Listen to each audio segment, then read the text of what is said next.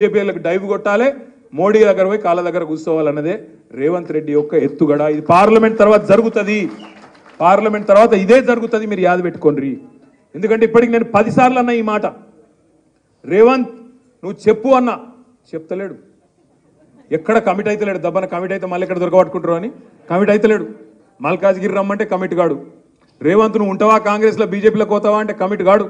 ఎందుకంటే ఆయనకు అలవాటు, అన్ని పార్టీలు ఖతమైపోయినాయి, అన్ని చూసిండు ఆయన.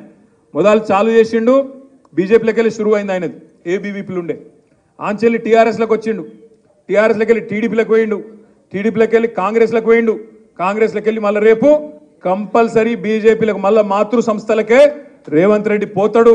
ఇది మీరు యాద పెట్టుకోండి అనే మాట కూడా నేను మీకు విజ్ఞప్తి చేస్తా ఉన్నా.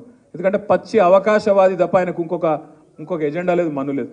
ఇక మా ఈటెల రాజేందర్ గారు అన్న పాపం హుజురాబాద్లో గజ్వేల్లో ఓడిపోతే అన్న ఇక్కడ టికెట్ తీసుకొని వచ్చిండు. రాజేందర్ అన్నకు మొన్న నాకు ఒక దగ్గర స్పీచ్ చూసిన మల్కాజ్గిరిలో, మేడ్చల్కో యాడుకో పోయిండు. పోయి పాపం రాజేందర్ అన్న రైతుల మీద ప్రేమ కురిపిస్తున్నాడు. 2 లక్షల రుణమాఫీ ఏమైంది? రేవంత్ రెడ్డి నువ్వు రుణమాఫీ చేయి, నేను తప్పుకుంటా పోటీలకు వెళ్ళని చెప్పి రాజేందర్ అన్న మాట్లాడుతుంటే నాకు నవ్వాలనో ఏడవాలని అర్థం కాలే. ఆయన మర్చిపోయిండు పాపం ఏ పార్టీలో ఉన్నాడో. ఆయన ఇంకా టీఆర్ఎస్లో ఉన్నా అనుకుంటుండు పాపం రాజేందర్ అన్న నువ్వు బీజేపీ వాళ్ళు మీరు రైతు రుణమాఫీ గురించి మాట్లాడితే దయ్యాలు వేదాలు వాళ్ళు ఇచ్చినట్టుంటుంది. ఎందుకంటే మీ నరేంద్ర మోడీ గారు 10 ఏళ్లలో ఏం చేసిండు? 14.5 లక్షల కోట్ల రుణాలు మాఫీ చేసిండు. ఎవల రుణాలు? బడా బడా బాబులు, కార్పొరేట్ సేట్లు, పెద్ద పెద్ద వ్యాపార సంస్థలు, అదానీలు, అంబానీలు, వాళ్ళ రుణాలు మాఫీ చేసిండు.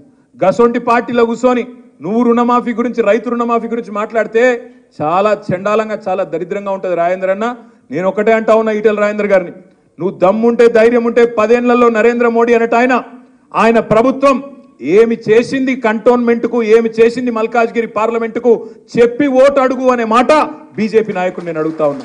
మాట్లాడితే గట్టిగా అడిగినాం అనుకో, ఏం చేసిరా మీరు 10 ఏళ్ళు ఏం బీకిండ్రంటే జై శ్రీరామ్, ఇంకా దప్పేం లేదు. రామనామ జపున పరాయమాలను అప్పున, రామనామ జపున 11,560 కోట్ల ఎలక్ట్రల్ బాండ్స్ అప్పున, 11,560 కోట్ల రూపాయలు ఇవాళ బీజేపీ అకౌంట్లో ఉన్నమాట వాస్తవం కాదా? ఎలక్ట్రల్ బాండ్స్ రూపంలో మీరు ఇవాళ ఏదైతే స్కామ్ అంటుండ్రో, లిక్కర్ స్కామ్, అందులో ఒక ఆయన దగ్గర 60 కోట్లు తీసుకొని ఆయనను బయటికి పంపింది వాస్తవం కాదా? ఇవన్నీ వాస్తవాలు కాదా రాజేందర్ అన్న? నీతిమంతుడు మోడీ గారు. ఎందుకు నీతిమంతుడు? 609వ స్థానంలో ఉన్న అదానిని తీసుకొచ్చి 2వ స్థానంలో కూర్చోబెట్టినందుక నీతిమంతుడు? ఎక్కడికి వెళ్ళి నీతి? అందుకే నేను అంటా ఉన్నా మిత్రులారా, ఆగం కాకండి. గోసముఖం పెట్టంగానే ఇప్పుడు అన్నాడు మా అన్న, గోసముఖం పెట్టంగానే ఆగమయ్యారు. రాజేంద్ర అన్న మంచి డైలాగులు కొడతాడు. హుజురాబాద్లో కూడా సాదుకుంటారా చంపుకుంటారా అని మాట్లాడిండు. అనగానే పాపం అయ్యో పాపం మా ఓడు కదా అని ఆయనతో ఓటేసిండు. ఏమైంది ఓటేసిన పాపానికి? మళ్ళీ హుజురాబాద్ మరి కూడా చూడలే, ముఖం కూడా మళ్ళీ చూపెట్టలే. అందుకే నేను అంటా ఉన్నా, ఇలా రాగిడి లక్ష్మారెడ్డి గారు ఏదో పర్సనాలిటీ పరంగా చూస్తే ఒక ఆమెనేమో జెడ్పీ చైర్మన్, ఒక ఆయననేమో ఆమె భర్తనేమో మాజీ మంత్రి, ఇడిదిక్కేమో ఒక మాజీ మంత్రి, వీళ్ళు పెద్ద కనబడుతుండొచ్చు. లక్ష్మారెడ్డి అన్న అయ్యో ఈయన ఇదివరకు మాకు తెలియదు కదా కొన్ని నియోజకవర్గాల్లో అనే పరిస్థితి ఉండొచ్చు.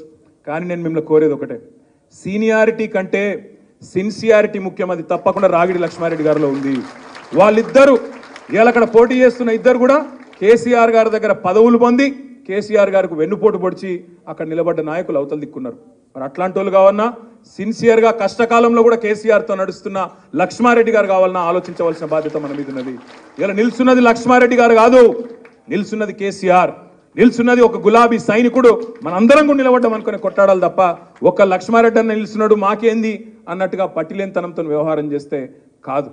దయచేసి నేను మిమ్మల్ని ప్రార్థించేది, విషం తప్ప ఏమీ నింపే తెలివిలేని బీజేపీ. మీరు ఆలోచన చేయండి. గమ్మత్ అనిపిస్తుంది నాకు అప్పుడప్పుడు అలా మాటలు వింటే. బండి సంజయ్ అంటే ఆయన మాట్లాడుతాడు, ఆయన ఏం మాట్లాడుతాడు అర్థం కాదు అప్పుడప్పుడు. కిషన్ రెడ్డి అన్న మాట్లాడతాడు, 5 ఏళ్ళు కేంద్ర మంత్రి ఉండి, మా సీనియర్ నాకు తెలుసు, 5 ఏళ్ళు కేంద్ర మంత్రి, సికింద్రాబాద్ లోక్సభ సభ్యుడు. ఏం చేసినవా కిషన్ రెడ్డి గారు అంటే, కరోనాలో కుర్కురే ప్యాకెట్లు వంచిండు, సీతాఫల్ మండి రైల్వే స్టేషన్లో లిఫ్టులు ఓపెన్ చేసిండు, నిన్నగాక మొన్న గుడి మల్కాపూర్లో సింటెక్స్ ట్యాంకులు ఓపెన్ చేస్తుండు కిషన్ రెడ్డి. ఆఖరికి మా పద్మరావు గారు చెప్తుండే నిన్న, మహేంద్ర హిల్స్లో ఆడ ఎంఆర్ఓ ఆఫీస్ ఉంటే రేకుల షెడ్ మాత్రం వేయించిండట ఒకటి కిషన్ రెడ్డి గారు. ఒక గిది కేంద్ర మంత్రి కిషన్ రెడ్డి చేసిన పని. హైదరాబాద్లో వరదలు వస్తే రూపాయి సాయం వచ్చిందా? మా నాగోల్లో అయ్యప్ప నగర్కి తీసుకుపోయిండు సుధీర్ రెడ్డి అన్న, ₹1 సాయం చేసిందా కేంద్ర ప్రభుత్వం? ఎందుకు వేయాలని బీజేపీకి ఓటు? ఒక్కొక్క జిల్లాకు కేసీఆర్ గారు మెడికల్ కాలేజ్ పెడితే 33 జిల్లాల్లో ఒక్క మెడికల్ కాలేజ్ నువ్వు ఇయ్యనందుకు అన్న ఓటు ఎందుకు వేయాలి నీకు? ఏ కారణం చేతే వేయాలి ఓటు బీజేపీకి?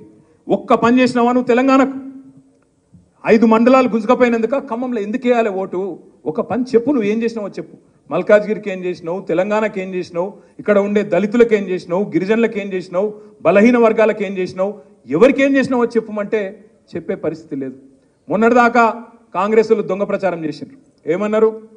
బీఆర్ఎస్ బీజేపీ ఒకటే, అందుకే కవితమ్మని అరెస్ట్ చేస్తలేరు అని చెప్పి మైనారిటీ సోదరుల మనసుల్లో విషం నింపే ప్రయత్నం చేసినారు. ఇవాళ నేను అడుగుతున్నా, ఇలా మరి కవితమ్మని అరెస్ట్ చేసిండ్రు, మీరు కాంగ్రెస్ వాళ్ళే చెప్తున్నారు, ఇలా రాహుల్ గాంధీ చెప్తున్నాడు కేసు లేదు, మన్ను లేదు, రూపాయి రాలేదు, రూపాయి పోలేదు, అలా ఏమి లేదు కేసులా, అయినా కూడా పట్టుకున్నారు అని చెప్తున్నారు అరవింద్ కేజ్రీవాల్ని. మరి అది కవితమ్మకు వర్తించదా? అదే కేసులో కేజ్రీవాల్ అరెస్ట్ అయితేనేమో అది అన్యాయమట, అదే కేసులో కవితమ్మ అరెస్ట్ అయితే మాత్రం అది న్యాయమట. ఇది ఎక్కడి న్యాయం, ఇది ఎక్కడి నీతి? ఆలోచించండి. ఇలా మోడీ గారి ప్రవర్తన ఎట్లుంది? అయితే నా జేబులు ఉండాలి లేదా జైళ్ళు ఉండాలి, అయితే నా జేబులు ఉండాలి లేదంటే జైళ్ళు ఉండాలి, అంతే. రెండిట్లో ఏదో ఒకటే తప్ప వేరే మార్గం ఉండద్దు ఈ దేశంలో. అందుకే నేను అంటున్న మిత్రులారా, అందుకే నేను అంటున్న సోదరులారా, దయచేసి ఈ ఎలక్షన్లో మాత్రం కసితోని కమిట్మెంట్తో పనిచేద్దాం. ఇలా దేశం నిండా విషం నింపుతూ హిందూ ముస్లిం అని ఇండియా పాకిస్తాన్ అని పనికిమాలిన పంచాయతీలు పెడుతూ ఇవాళ కొత్త కొత్త కథలు చేస్తున్న బీజేపీని ఒకవైపు చూద్దాం, మరొక వైపు ఇక్కడ అబద్ధాలతో ఊరేగుతున్న ఈ రేవంత్ రెడ్డి సంగతి కూడా ఇంకో దిక్కు చూద్దాం. మీరు ఆలోచన చేయండి. రేవంత్ రెడ్డి గారి ప్రభుత్వం వచ్చినాక ఈ 100 రోజుల్లో ఏమేం సాధించిండు ఘన విజయాలు అంటే, హైదరాబాద్లో బిల్డింగ్ పర్మిషన్లు బంద్. ఎందుకు బంద్? బిల్డర్లను పిలవాలి, కూర్చోబెట్టాలి, రాహుల్ గాంధీ పైన ఉన్నాడు, ఆయన ప్రధానమంత్రి చేయాలి. ఇలా దేశంలో ఉన్నాయి 2 రాష్ట్రాలు మాకు, కర్ణాటక తెలంగాణ, వీడికెళ్ళి కప్పం కట్టాలి. మరి నేను సామంతరాజును, ఢిల్లీకి కప్పం కట్టాలని చెప్పి 2500 కోట్ల రూపాయలు బిల్డర్లకు పర్మిషన్లు ఇవ్వకుండా వేధించి ఒక్కొక్కరి దగ్గర 100 కోట్ల రూపాయలు వసూలు చేసి ఇలా ఢిల్లీకి కప్పం కడుతున్నాడు రేవంత్ రెడ్డి. మొత్తం ఇసుక దందా మంత్రులు, రైస్ మిల్లర్లను బెదిరించుడు, క్రషర్లను పిలిచి బెదిరించుడు, మళ్ళీ ఇవన్నీ బయటికి రాకుండా చేసేందుకు ఏం చేయాలి?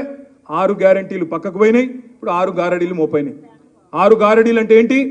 ఒకటేమో కాళేశ్వరం స్కామ్ అని చెప్పి యూట్యూబ్లో ఆన్లైన్లో ఒకటి రాయాలి, ఇంకో దిక్కు బర్ల స్కామ్, ఇంకో దిక్కు గొర్రెల స్కామ్, ఇంకో దిక్కు ఫోన్ ట్యాపింగ్, ఇదట అంటే అదట, అదట అంటే ఇదట, వీళ్ళ ఫోన్ ట్యాప్ అయిందంటే వాళ్ళ ఫోన్ ట్యాప్ అయిందట. నిన్న చూసిన దగ్గర నేను 10 లక్షల ఫోన్లు ట్యాప్ చేసిండు కేసీఆర్. చేస్తే గీస్తే ఒకడో ఇద్దరో లుచ్చగారుల ఫోన్లు ట్యాప్ చేసి ఉండొచ్చు, నాకెమెరిక కానీ చేస్తే చేసి ఉండొచ్చు, దొంగలై లంగలి, ఎందుకంటే పోలీసుల పని అది. కానీ దానికి ఏదో పెద్ద అంతర్జాతీయ కుంభకోణం ఏందో జరిగిపోయింది, ఏమో అయిపోయింది. ఎందుకు ఇవన్నీ డ్రామాలు? ఎందుకంటే ప్రజల మనసు అటెన్షన్ డైవర్ట్ చేయాలి. దేని మీదకి డైవర్ట్ చేయాలి? రైతు బంధు ఇస్తలేదన్న దాని మీకు డైవర్ట్ చేయాలి, మహిళలకు 2500 వస్తలేదన్న దాని మీకు డైవర్ట్ చేయాలి, పెద్ద మనుషులకు 4000 పెన్షన్ వస్తలేదన్న దాని మీకు వెళ్ళి అటెన్షన్ డైవర్ట్ చేయాలి. దేని మీదకి తిప్పాలి దీన్నంతా? ఏదో జరిగిపోయిందట, కుంభకోణమట, లంబకోణమట. అరే రేవంత్ రెడ్డి గారు, ముఖ్యమంత్రిగా నువ్వే ఉన్నావు, చేతనైతే దమ్ముంటే ఈ లీకులు బంద్ చేసి చర్యలు తీసుకునేది ఉంటే తీసుకో, మేము వద్దంటలేం, కానీ ఈ పనికి మాలిన డ్రామా లాపు. అప్పట్లో నాగార్జునదో సినిమా వచ్చిండే, అందులో పాట ఉంటుంది గ్రీకు వీరుడు అని. ఈయననేమో లీకు వీరుడు రేవంత్ రెడ్డి. ఎందుకంటే నాకు ముఖ్యమంత్రి పదవి నడపత్తలేదు, ఏం చేస్తుండ్రు? రోజొక్క లీకు, అదేదో స్కామ్ అయింది, ఇదేదో స్కామ్ అయింది. డైరెక్ట్గా చెప్పారు అదరాబాయ్, నాకు అర్థం కాదు, సీదా చెప్పు, ఈ తప్పు అయింది, వీని పట్టుకున్నాం అని లోపలేసినామని చెప్పు. దానికి ఇక్కడ లీక్ ఇచ్చుడు, అక్కడ లీక్ ఇచ్చుడు, యూట్యూబ్లో ఎవరినో ఎల్లనో మళ్ళనని పట్టుకొని వాంతో చెప్పించుడు, తుల్లారలేస్తే తిట్టిపిచ్చుడు, ఫాల్తు మాటలు ఎందుకు నాకు అర్థం కాదు. ధైర్యం ఉంటే చెయ్యి, ముఖ్యమంత్రి నువ్వు, అధికారం నీది, తప్పులేం జరిగినాయో బయట పెట్టు, లోపలే ఎవరెవరు నేస్తావో మేము వద్దంటలేం కదా. అది ఏమి చేయకుండా రైతు రుణమాఫీ అడుగుతారేమో, ఈ బలగొడతారేమో. అందుకే నిన్న మా హరీష్ రావు గారు మంచి స్టేట్మెంట్ ఇచ్చిండు. మీరు కూడా దయచేసి మేడ్చల్లో చెప్పాలా, రైతులకు చెప్పాలా. రేవంత్ రెడ్డి మాట్లాడతాడు, పెద్ద పెద్ద మాటలు మాట్లాడతాడు. రైతులకు ఒకటే మాట నేను విజ్ఞప్తి చేస్తున్నా, మేడ్చల్ కానీ ఇంకో దగ్గర కానీ, 2 లక్షల రుణమాఫీ జరిగిన వాళ్ళందరూ కాంగ్రెస్ కోటైంది, మిగతా వాళ్ళందరూ మా కోటైంది. ఆయన చెప్పినట్టు నిజంగా 2 లక్షల రుణమాఫీ చేసింటే వాళ్ళందరూ కాంగ్రెస్ కోటేయండి, మిగతా వాళ్ళు మాకు ఓటేయండి, బీఆర్ఎస్ కోటేయండి. అందుకే నేను మిమ్మల్ని ప్రార్థించేది, కోరేది, సమయం ఉంది, ఇంకో 45-50 రోజుల టైం ఉంది. ఎక్కడోళ్ళం అక్కడ మన పోలింగ్ బూత్లో ఎన్ని బూత్లేమి 3000 ఉంటాయి, ఇంకెక్కువ ఉంటాయి? 3000 కాదు, ఎన్ని పోలింగ్ బూత్లు? 3100 పోలింగ్ బూత్లు ఉన్నాయి. భారతదేశంలోనే అతిపెద్ద నియోజకవర్గం మరి మన నియోజకవర్గం, పార్లమెంట్ నియోజకవర్గం.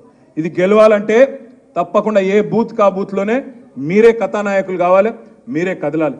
ప్రతిరోజు ఇప్పుడు ముస్లిం సోదరులకు ఇఫ్తారు ఎవ్రీడే ఉంటుంది దాదాపు ఎక్కడో దగ్గర. మీరు తప్పకుండా ప్రతి చోట పాల్గొనాలి. మన గౌరవ